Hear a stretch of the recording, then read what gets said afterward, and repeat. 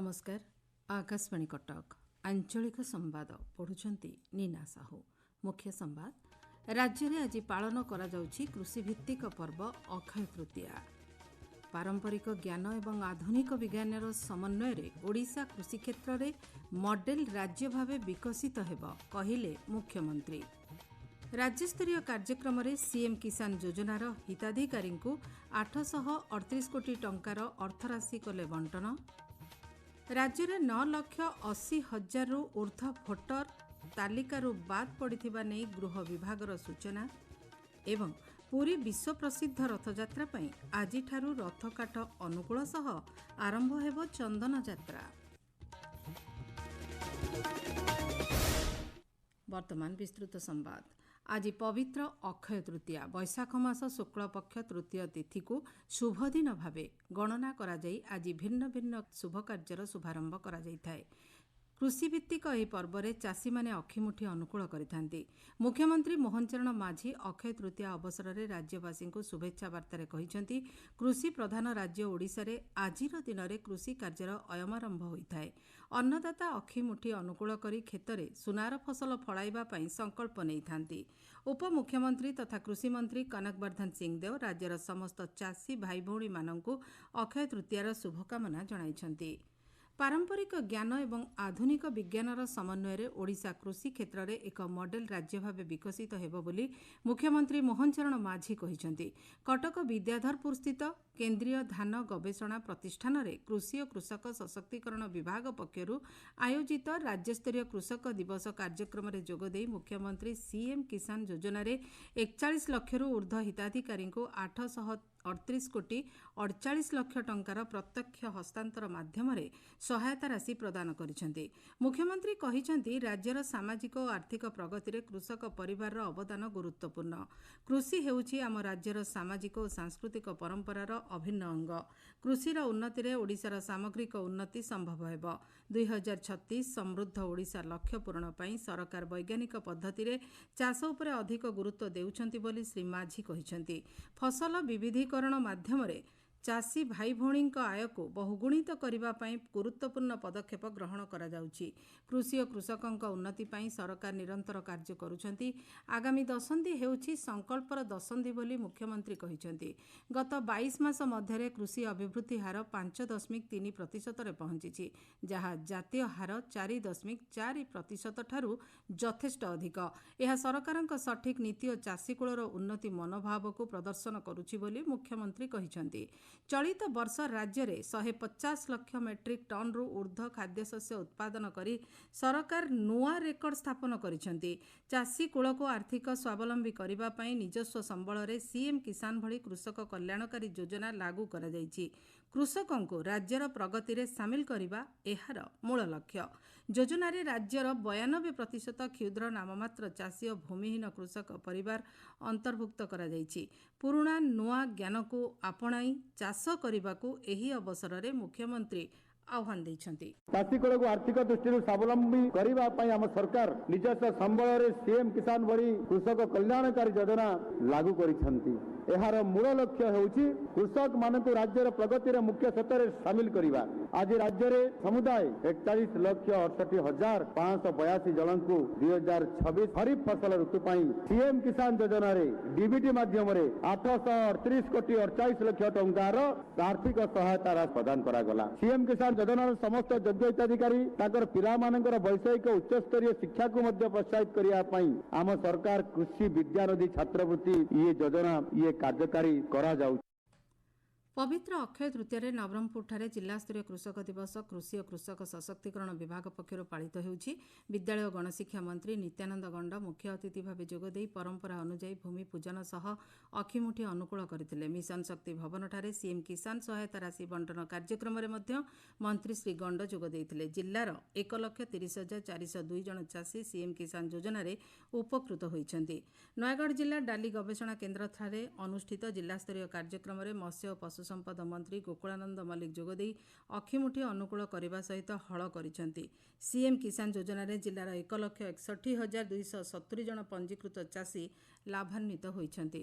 ଭଦ୍ରକ ଜିଲ୍ଲା କୃଷି ବିଭାଗ ପକ୍ଷରୁ ରାଣୀତାଲ କୃଷି ବିଜ୍ଞାନ କେନ୍ଦ୍ର ପରିସରରେ ଆୟୋଜିତ କାର୍ଯ୍ୟକ୍ରମରେ ସମବାୟ ମନ୍ତ୍ରୀ ପ୍ରଦୀପ ବଳସାମନ୍ତ, ବିଧାୟକ ଅଶୋକ ଦାସ ପ୍ରମୁଖ ଯୋଗଦେଇ ଅକ୍ଷିମୁଠି ଅନୁକୂଳ କରିଛନ୍ତି। ଏହି ଅବସରରେ ଜିଲ୍ଲାରେ 2,13,775 ନାମମାତ୍ର ଚାଷୀଙ୍କୁ 42,75,60,000 ଟଙ୍କା ହସ୍ତାନ୍ତର କରାଯାଇଛି।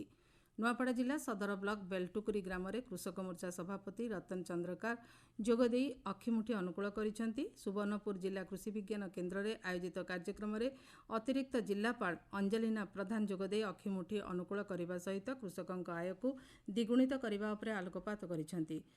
ବୌଦ୍ଧ ଜିଲ୍ଲା ପାଲଝରାଠାରେ ଅତିରିକ୍ତ ଜିଲ୍ଲାପାଳ ଅନିରୁଦ୍ଧ ପ୍ରଧାନ ଯୋଗଦେଇ ପାରମ୍ପରିକ ରୀତିନୀତିରେ ପୂଜାର୍ଚ୍ଚନା ପରେ ଅକ୍ଷିମୁଠି ଅନୁକୂଳ କରିଛନ୍ତି। ପୁରୀ ଜିଲ୍ଲା ନିମାପଡ଼ାର ଓଳାଂଶଠାରେ ଜିଲ୍ଲା କୃଷି ବିଭାଗ ପକ୍ଷରୁ ଜିଲ୍ଲାସ୍ତରୀୟ କୃଷକ ଦିବସ ପାଳିତ ହୋଇଛି। କାର୍ଯ୍ୟକ୍ରମରେ ଉପମୁଖ୍ୟମନ୍ତ୍ରୀ ପ୍ରଭାତୀ ପରିଡ଼ା ଯୋଗଦେଇ ଚଳିତ ଖରିଫ ଋତୁରେ ଭଲ ଫସଲ ଅମଳ ପାଇଁ ପୂଜାର୍ଚ୍ଚନା କରିଛନ୍ତି। ଆପଣମାନେ ଆଞ୍ଚଳିକ ସମ୍ବାଦ ଶୁଣୁଛନ୍ତି ଆକାଶବାଣୀର କଟକ କେନ୍ଦ୍ରରୁ। ରାଜ୍ୟରେ ଜନଗଣନା କାର୍ଯ୍ୟକ୍ରମ ସୁଚାରୁ ରୂପେ ଜାରି ରହିଛି। 9,80,000ରୁ ଊର୍ଦ୍ଧ୍ୱ ଭୋଟରଙ୍କ ନାମ ତାଲିକାରୁ ବାଦ୍ ପଡ଼ିଥିବା ନେଇ ଗୃହ ବିଭାଗ ପକ୍ଷରୁ ସୂଚନା ମିଳିଛି। ଅନେକ ଜୀବିତ ଓ ସ୍ଥାନୀୟ ଭୋଟରଙ୍କ ନାମ କଟାଯାଇଥିବା ଅଭିଯୋଗ ପରେ ପୁଣି ଥରେ ଯାଞ୍ଚ କରିବାକୁ ବିଭାଗ ପକ୍ଷରୁ ଇଆର୍ଓଙ୍କୁ ନିର୍ଦ୍ଦେଶ ଦିଆଯାଇଛି। ସନ୍ଦେହଜନକ ନକଲି ତଥ୍ୟରେ ତ୍ରୁଟି ଥିଲେ ନୋଟିସ୍ କରି ଯାଞ୍ଚ କରାଯିବ। ଫର୍ମ 7 ଆବେଦନର 50% ମାମଲାରେ ବ୍ୟକ୍ତିଗତ ଯାଞ୍ଚ ବାଧ୍ୟତାମୂଳକ କରାଯାଇଛି। ଅକ୍ଷୟ ତୃତୀୟା ଅବସରରେ ପୁରୀ ରଥଯାତ୍ରା ପାଇଁ ଆଜି 3 ରଥର ନିର୍ମାଣ କାର୍ଯ୍ୟ ଆରମ୍ଭ ହେଉଛି। ଆଜିଠାରୁ ମଧ୍ୟ 21 ଦିନ ବ୍ୟାପୀ ଶ୍ରୀଜୀଉଙ୍କର ବାହାର ଚନ୍ଦନ ଯାତ୍ରା ନରେନ୍ଦ୍ର ପୁଷ୍କରିଣୀଠାରେ ଅନୁଷ୍ଠିତ ହେଉଛି। ପୁଷ୍କରିଣୀରେ ସୁସଜ୍ଜିତ ଚାପ, ଡଙ୍ଗା, ନନ୍ଦା ଓ ଭଦ୍ରାରେ ଠାକୁର ବିରାଜମାନ କରି ନୌକା ବିହାର କରିବେ। ଏଥିପାଇଁ ଶ୍ରୀମନ୍ଦିର ପ୍ରଶାସନ ପକ୍ଷରୁ ସ୍ୱତନ୍ତ୍ର ନୀତି ନିର୍ଘଣ୍ଟ ପ୍ରସ୍ତୁତ ହୋଇଛି। ଭଦ୍ରକ ଜିଲ୍ଲା ଆରଡ଼ିର ପ୍ରସିଦ୍ଧ ବାବା ଆଖଣ୍ଡଳମଣିଙ୍କ ପୀଠରେ ପାରମ୍ପରିକ ରୀତିନୀତି ଅନୁଯାୟୀ 21 ଦିନ ବ୍ୟାପୀ ଚନ୍ଦନ ଯାତ୍ରା ଆରମ୍ଭ ହୋଇଛି। ଶ୍ରୀ ଗୀତ ଗୋବିନ୍ଦର ଅମର ସ୍ରଷ୍ଟା ମହାପ୍ରଭୁ ଶ୍ରୀ ଜଗନ୍ନାଥଙ୍କ ସେବକ ଭକ୍ତକବି ଜୟଦେବଙ୍କ ଜୟନ୍ତୀ ଆଜି ରାଜ୍ୟବ୍ୟାପୀ ପାଳିତ ହେଉଛି। ଶ୍ରୀ ଗୀତ ଗୋବିନ୍ଦର ଅମୃତମୟ ବାଣୀ ଓଡ଼ିଶାର ଆଧ୍ୟାତ୍ମିକତା ଏବଂ ଶ୍ରୀ ଜଗନ୍ନାଥ ସଂସ୍କୃତିର ଅବିଚ୍ଛେଦ୍ୟ ଅଙ୍ଗ। ମୁଖ୍ୟମନ୍ତ୍ରୀ ମୋହନ ଚରଣ ମାଝୀ ଭକ୍ତ କବି ଜୟଦେବଙ୍କୁ ଜନ୍ମ ଜୟନ୍ତୀରେ ଭକ୍ତିପୂତ ପ୍ରଣାମ କରି କହିଛନ୍ତି, ମହାକବିଙ୍କ କାଳଜୟୀ ସାହିତ୍ୟକୃତି ଆମ ଭାଷା, ସଙ୍ଗୀତ ଏବଂ ନୃତ୍ୟ ପରମ୍ପରାକୁ ସମୃଦ୍ଧ କରିବା ସହିତ ବିଶ୍ୱ ଦରବାରରେ ଓଡ଼ିଆ ଅସ୍ମିତାର ବୃଦ୍ଧି କରିଛି। ଏହି ଅବସରରେ ବିଭିନ୍ନ ସ୍ଥାନରେ ସାହିତ୍ୟ ଆଲୋଚନା ଚକ୍ରମାନ ଅନୁଷ୍ଠିତ ହେଉଛି। ନବରଙ୍ଗପୁର ଜିଲ୍ଲା ସଂସ୍କୃତି ବିଭାଗ ପକ୍ଷରୁ ଅନୁଷ୍ଠିତ କାର୍ଯ୍ୟକ୍ରମରେ ଜିଲ୍ଲା ସଂସ୍କୃତି ଅଧିକାରୀ ଘାସିଆ ହରିଜନ ଓ ବିଶିଷ୍ଟ ଅତିଥିମାନେ ଯୋଗଦେଇ ଶ୍ରୀ ଜୟଦେବଙ୍କ ସ୍ମୃତିଚାରଣ କରିଥିଲେ। ବୌଦ୍ଧ ଜିଲ୍ଲା ଟାଉନ୍ ହଲ୍ଠାରେ ଆୟୋଜିତ କାର୍ଯ୍ୟକ୍ରମରେ ଅତିଥିମାନେ କବି ଜୟଦେବଙ୍କ ରଚିତ ଗୀତ ଗୋବିନ୍ଦ ଦଶବତାର ଉପରେ ଆଲୋଚନା କରିଥିଲେ। ଫୁଲବାଣୀ ପୌର ପରିଷଦର 39 ଜଣ ହିତାଧିକାରୀଙ୍କୁ ପ୍ରଧାନମନ୍ତ୍ରୀ ଆବାସ ଯୋଜନାର କାର୍ଯ୍ୟାଦେଶ ବଣ୍ଟନ କରାଯାଇଛି। ପୌର ପରିଷଦ କାର୍ଯ୍ୟନିର୍ବାହୀ ଅଧିକାରୀ ସମରେଶ ମହାନ୍ତିଙ୍କ ଅଧ୍ୟକ୍ଷତାରେ ଅନୁଷ୍ଠିତ କାର୍ଯ୍ୟାଦେଶ ବଣ୍ଟନ କାର୍ଯ୍ୟକ୍ରମରେ 2,50,000 ଟଙ୍କା ଆର୍ଥିକ ସହାୟତା ପ୍ରଦାନ କରାଯାଇଛି। ରାଷ୍ଟ୍ରପତି ଦ୍ରୌପଦୀ ମୁର୍ମୁ ଆସନ୍ତାକାଲି ଦିନିକିଆ ରାଉରକେଲା ଗସ୍ତରେ ଆସୁଛନ୍ତି। ରାଷ୍ଟ୍ରପତିଙ୍କ ଗସ୍ତକୁ ଦୃଷ୍ଟିରେ ରଖି ସୁନ୍ଦରଗଡ଼ ଜିଲ୍ଲା ପ୍ରଶାସନ ପକ୍ଷରୁ କାରକେଡ୍ ରିହର୍ସାଲ ସହିତ ସମସ୍ତ ପ୍ରସ୍ତୁତି ଚୂଡ଼ାନ୍ତ ପର୍ଯ୍ୟାୟରେ ପହଞ୍ଚିଛି।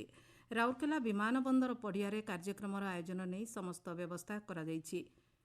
ଗସ୍ତ କାଳରେ ରାଷ୍ଟ୍ରପତି ବିଭିନ୍ନ ପ୍ରକଳ୍ପର ଉଦ୍ଘାଟନ କରିବାର କାର୍ଯ୍ୟସୂଚୀ ରହିଛି। ଫୁଲବାଣୀରେ ମା ନାରାୟଣୀ ଓ ପଞ୍ଚଦେବତୀଙ୍କ ଠାକୁରାଣୀ ଯାତ୍ରା ଆଜିଠାରୁ ଆରମ୍ଭ ହେଉଛି। ପ୍ରତି 2 ବର୍ଷରେ ଥରେ ଠାକୁରାଣୀ ଏହି ଯାତ୍ରା ଅନୁଷ୍ଠିତ ହୋଇଥାଏ। ଜିଲ୍ଲାପାଳ ବେଦଭୂଷଣ, ଆରକ୍ଷୀ ଅଧୀକ୍ଷକ ହରିଶ ବିଶିଙ୍କ ସହ ଯାତ୍ରା କମିଟିର ଏକ ଶାନ୍ତି ବୈଠକ ଅନୁଷ୍ଠିତ ହୋଇଯାଇଛି। ଚଳିତ ବର୍ଷ ଠାକୁରାଣୀ ଯାତ୍ରାରେ ମୁଖ୍ୟମନ୍ତ୍ରୀ ମୋହନ ଚରଣ ମାଝୀ ଯୋଗଦେବା ପାଇଁ ସହମତି ପ୍ରକାଶ କରିଥିବା ଯାତ୍ରା କମିଟି ପକ୍ଷରୁ ସୂଚନା ମିଳିଛି। ମାଙ୍କର ଏହି ଯାତ୍ରା ଆସନ୍ତା 20 ତାରିଖ ପର୍ଯ୍ୟନ୍ତ ଚାଲିବ। ରାଜ୍ୟରେ ଗ୍ରୀଷ୍ମ ପ୍ରବାହ ବୃଦ୍ଧି ପାଇବାରେ ଲାଗିଛି। ହିଟ୍ ୱେଭ୍ ନେଇ ଭୁବନେଶ୍ୱର ଆଞ୍ଚଳିକ ପାଣିପାଗ ବିଜ୍ଞାନ କେନ୍ଦ୍ର ପକ୍ଷରୁ ବିଭିନ୍ନ ଜିଲ୍ଲାକୁ ସତର୍କ ସୂଚନା ଜାରି କରାଯାଇଛି। ଗତ 24 ଘଣ୍ଟା ମଧ୍ୟରେ ରାଜ୍ୟର କେତେକ ସ୍ଥାନରେ ହାଲୁକାରୁ ମଧ୍ୟମ ଧରଣର ବର୍ଷା ହୋଇଯାଇଛି। କନ୍ଧମାଳ ଜିଲ୍ଲା ଆର୍ ଉଦୟଗିରିରେ ସର୍ବାଧିକ 53 ମିଲିମିଟର ବର୍ଷା ରେକର୍ଡ କରାଯାଇଛି। ମୁଖ୍ୟ ସମ୍ବାଦ ପୁଣିଥରେ। ରାଜ୍ୟରେ ଆଜି ପାଳନ କରାଯାଉଛି କୃଷିଭିତ୍ତିକ ପର୍ବ ଅକ୍ଷୟ ତୃତୀୟା। पारंपरिक ज्ञान एवं आधुनिक विज्ञानर समन्वय ओडिशा कृषि क्षेत्र में मॉडल राज्य भाव विकसित हेब कहिले मुख्यमंत्री। राज्यस्तरीय कार्यक्रम में सीएम किसान योजनार हिताधिकारी को 838 कोटी टंकार अर्थराशि कले बंटन। राज्य में 9,80,000 ऊर्ध्व भोटर तालिकारु बाद पड़िथिबा नै गृह विभागर सूचना एवं पुरी विश्व प्रसिद्ध रथयात्रा पई आजिठारु रथकाट अनुकूल सह आरंभ हेब चंदन यात्रा। आंचलिक संवाद वर्तमान पई एतिकी। परवर्ती आंचलिक संवाद शुणी पारिबे संध्या 6:45 नमस्कार।